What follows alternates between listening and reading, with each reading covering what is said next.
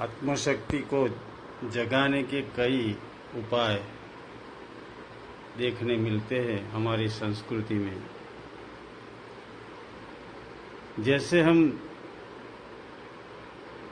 दही को बिलोते हैं तो बिलोने से उसमें से मक्खन हमें मिलता है, मक्खन भी मिलता है, छाछ भी मिलती है। वैसे ही हम आंतरिक जगत में जितने जितने गहरे जाते हैं उतना उतना हम कुछ न कुछ पाते रहते हैं। आखिर में मक्खन रूपी परमात्मा की प्राप्ति तो होती ही है, लेकिन हमें इसके पहले कई ऐसे अनुभव होते हैं जो हमने जिंदगी में कभी देखे नहीं होते, कभी सोचा भी नहीं होता है। वैसी उपलब्धियां हमें प्राप्त होती।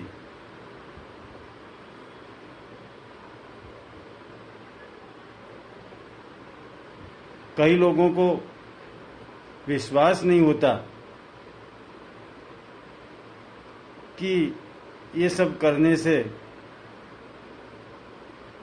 क्या सचमुच में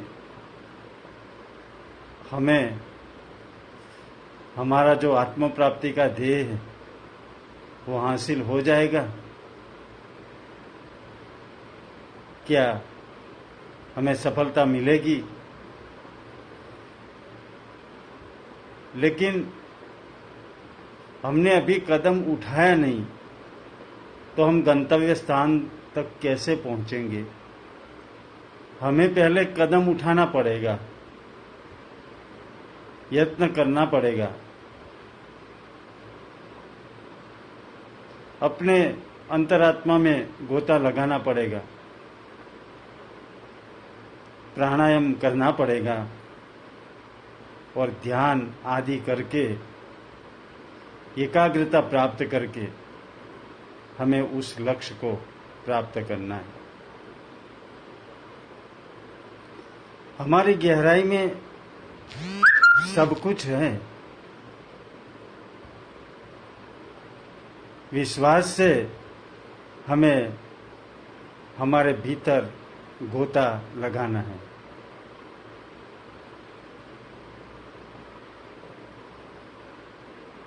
योग में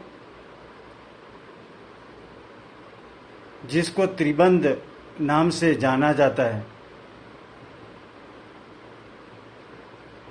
वैसे 3 यौगिक क्रियाएं हैं।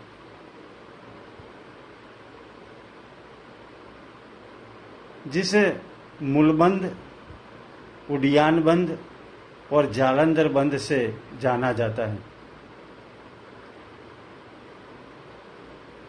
ऐसा कहा है कि जब इंसान मूलबंध करता है तो उसके शरीर में रोग की छाया भी नहीं रहती। मूलबंध करके जब वो उड़ियान बंद करता है तो उसके प्राणों की गति और अपना जीवन उन्नति की ओर चलने लगता है, प्रगति की ओर, प्रोग्रेस की ओर वो चलने लगता है। बाद में वो जालंधर बंद करता है तो उसमें कई सिद्धियां उसके जीवन में प्रकट होने लगती है। तो आज मैं बताना चाहता हूं कि ये मूलबंध, उड़ियान बंद और जालंधर बंद कैसे किया जाता है। आप अपने आसन पर सीधे बैठ जाइए। पद्मासन में बैठ जाए तो अच्छा है, सुखासन में बैठ जाए तो भी कोई बात नहीं, सिद्धासन हो सके तो भी चलेगा। बाद में आप अपने नीचे से मतलब कि गुदाद्वार का संकोचन करना है, आपको ऊपर की ओर उठाना है गुदाद्वार को। उसको बोलते हैं मूलबंध। गुदाद्वार को सिकुड़ के ऊपर की ओर हम जब उसे खींचते हैं तो उसे मूलबंध बोलते हैं।